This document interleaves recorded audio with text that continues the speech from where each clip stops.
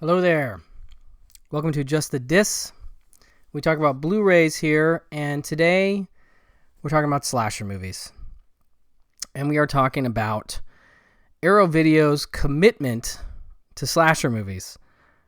I think we all can attest that, Scream Factory did quite a bit for putting out some rare slashers. And Arrow is just as committed, if not more so, to digging up the obscure stuff. Whether that be things like The Prey. This is a couple years old now, but a pretty rare one. And not all these are going to be great, folks. I'm a huge fan of the slasher genre. And part of the fun of them is that they do tend to vary in quality, but they will almost always have something interesting about them within the context of the parameters and tropes of the genre. They almost always have something interesting, So then you got something like Death Screams. I hadn't even seen this one until this Blu-ray came out from Arrow, and they really do take care with these. This is a brand new 2K restoration. Same thing with The Prey. Earlier this year, we had Deadly Games, which, borderline in terms of its slasher status, but I think it fits ultimately. And this is actually one of my favorite discoveries of the year, to be honest. And another one that has a brand new 2K restoration, so Arrow really likes to dig deep for this stuff, and their latest effort is Girls Night Out from 1982. I'm just going to show you how the embossed slipcover and the blades on the bear's claw shimmer there. I think that's a nice touch. Here's our inside artwork. So, Girls Night Out. This is definitely a movie that improves for me each time I see it. And I remember a DVD release, I want to say... I can't remember the box set it was in. But regardless, I had it. It looked okay. I'm used to a VHS copy, so each time I see it, it's looking just a little bit better. And I'll get to the transfer on this one in a little bit. But this movie is interesting. It's a real mishmash of stuff. And I think it's becoming one that is sort of a standout for me in terms of underrated and underseen slasher films. So I was really excited that Arrow was putting this out. One of my big things for slashers is the killer and the mask of the killer. This film is set on a college campus, and it chooses to have a mascot, a bear costumed mascot or a bear costume that is donned by the killer, and the killer creates a 4 steak knife bladed device, just like a piece of wood that basically has the 4 steak knives in it, so the knives will stick through the fingers, and puts that into the paw of the glove, if you will, or the paw glove of, as you can see there, the costume, and then dispatches his victims that way.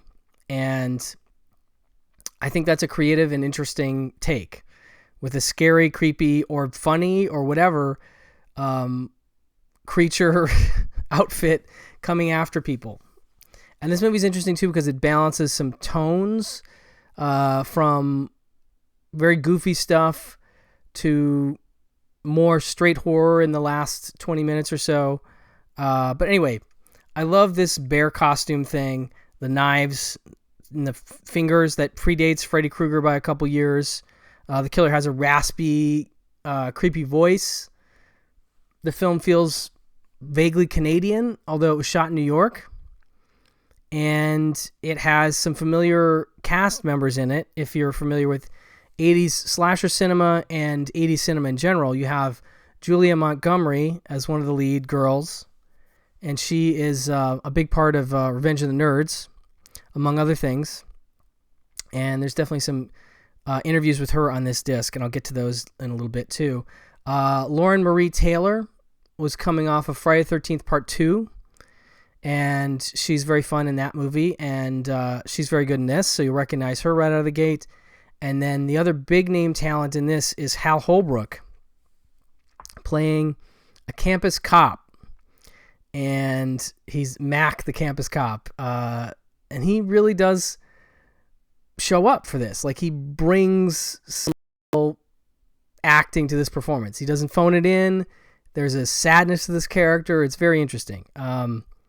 So other things I like about this film: campus location is great, almost entirely one night, which is very cool. It has a radio DJ who is involved with a campus-wide scavenger hunt.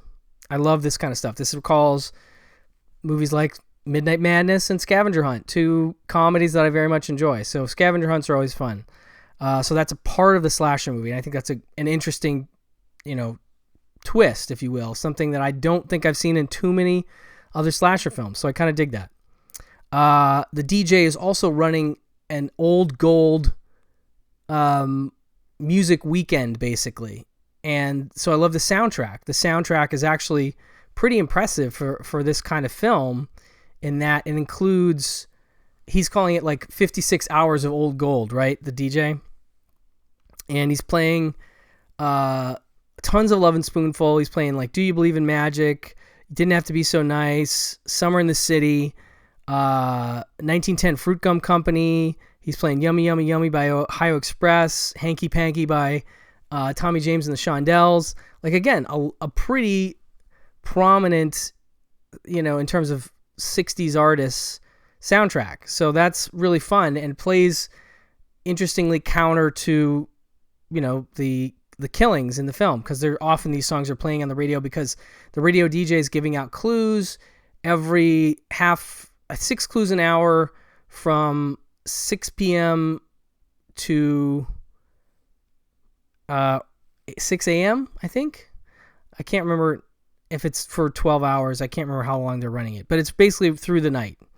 And he's giving these clues, and they are kind of like the Midnight Madness clues, where they're going to a location to find an item or whatever. And so anyway, the radio is playing all the time. The DJ is getting calls from the killer. The DJ is, giving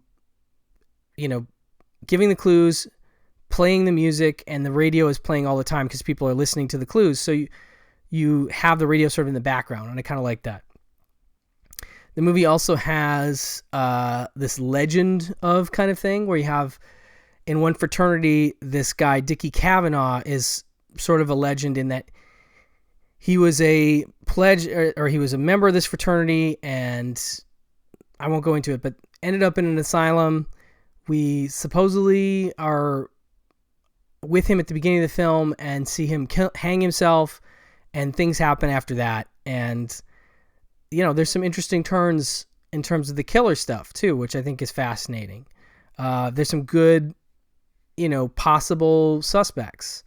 A boyfriend that's angered by a scenario and runs off, upset after this little party incident. There's, I'm trying to think, a couple sort of comic relief type guys. There's a lot of people that you could potentially suspect as the killer. So it's an engaging whodunit on that level, and I like that about it. The comedy from Paul Christie and Gregory Salata is cute. These guys are just sort of clowny dudes that show up and do silly stuff. There's like a W.C. Fields imitation at one point. I thought that was fascinating. But yeah, so it's fun for all these reasons that it has things in it that I don't really think I've seen a lot in other slashers. And campus slashers are fun for me for some reason. I like that. So it's solid and enjoyable, and has an impactful ending that may be disturbing, upsetting. It's just really one of those things that kind of sticks with you. I watched the ending like 2 or 3 times this time. I watched it with the commentary, which I'll mention in a second, and without, and it compares in some ways to another famous slasher, although it's not quite on the level of that, and I won't say which one because that would be not a spoiler, but I just don't want to give that away. And you may be able to make your own impressions when you see the end as to kind of what I'm talking about, and maybe you won't. But anyway, I like the ending. It does elevate it. Hal Holbrook's involved in the ending, and he elevates it throughout, and I think that's a really neat thing to have an older actor like that. And some of these slashers often did as part of their formulaic sort of thing. Anyway, so it's enjoyable stuff. Watching it this time, I enjoyed it more than I had before. It looks better than it's ever looked. However, it has one of those warnings that comes up at the beginning before the movie starts. And I'll read you the exact text that plays. It says, has been restored from the best available film elements, which were a selection of 35mm release prints from the producer's personal vaults. The prints were scanned in 2K, after which the scans were reviewed and the highest quality sections selected. A few very brief sections were not present in the film material, were sourced from an SD tape master. The assembled shots were graded and restored in 2K to create a new and complete restored master. This restoration still exhibits many instances of film damage and wear in keeping with the condition of the source materials, but represents the best possible presentation of the film. We hope you enjoy. Now, this is not the ideal warning to see at the beginning of the film. Whenever this happens, you're like, oh no, they're trying to brace me for how bad this looks. I think there's things to consider here. One, it's the best I've ever seen it look. Full stop. It's not gleaming and glowing. It's a low budget film, and the lighting is such that, it's just, and the film stock, it's just not going to look necessarily ever pristine. And so it does have some scratches and some little bits in there, but ultimately, that doesn't bother me. There was nothing in the transfer that took me out of the movie, and it had a brighter, overall sort of tone and color saturation, and everything just looked much better than it ever has for me. From VHS to DVD to now, this is the best, without a doubt. So if you're a fan of the film, this is really the best we're going to get. And so I wouldn't, sweat that too much, but if that's the kind of thing that is going to be a deal breaker for you, just consider that warning that I read, okay? This has some nice features in it. I will start with just going through the actor interviews, and there are a lot of them. I'll be completely honest, actor interviews, not always my favorite feature. And I may have said this before, but and the actor perspective on a film like this is often a little limited. It's very specific to their experience, and it doesn't often reflect a lot about the filmmaking. It just reflects some memories and stuff, and that can be amusing, and these are definitely that. What's sometimes fun is when they go through the history of the actor and talk about how they got started in acting. That kind of stuff can be fun. The first interview is with Julia Montgomery. It's about 19 minutes long, and it is one of those where she talks about her history with acting and how she got to the place where she gets, and she has a lot of good recollections about the film, so I enjoyed that one. Savage Mauling is an interview with actress Laura Summer. That's 15 minutes. An interesting point that both of them bring up is that neither she nor Julia remembers getting the whole script. A lot of people talk about just getting their sides for the script, and the script was never sent to them, that they maybe went and picked it up because they were in New York. But I do find that interesting, that it's just sort of a run-and-gun operation, and they just got what they needed, and the performances, I don't think, suffer. They're fine. They're good, So that was something I took out of that one. So then you have Alone in the Dark, an interview with actress Lois Robbins, about 9 minutes. She said she was cast because one of the casting people was like an old person she dated or something, and she also only got her sides for the script. There's other stuff in these interviews. These are just minor recollections. The next one is It Was a Party, an interview with actor Paul Christie, 21 minutes. That's one of my favorites of these interviews. He's one of the funny guys in the movie, and he starts by saying the film is one of the greatest masterpieces ever made, and then he sort of busts up laughing. You know, he clearly doesn't believe that, but he's a real character, and really interesting to hear him talk about, you know, where he was coming from to get involved in the film. Love and Death, of an interview with actors Laura Marie Taylor and John Diedrichson. And Laura Marie Taylor was the one from Friday the 13th Part 2 and Neighbors. She talks about how she had just done those, and was the casting people knew her, and that was probably part of the reason she got this gig. John Diedrichson is the nerdy guy in this movie, and it's super funny. I can't tell if they're together or not, but they're in the same room, and they have a good chemistry and good recollection, and it's the general energy of the interview is very enjoyable. I want to say it's about 17 minutes. Then you have also an archival interview with Julia Montgomery, another 7 minutes.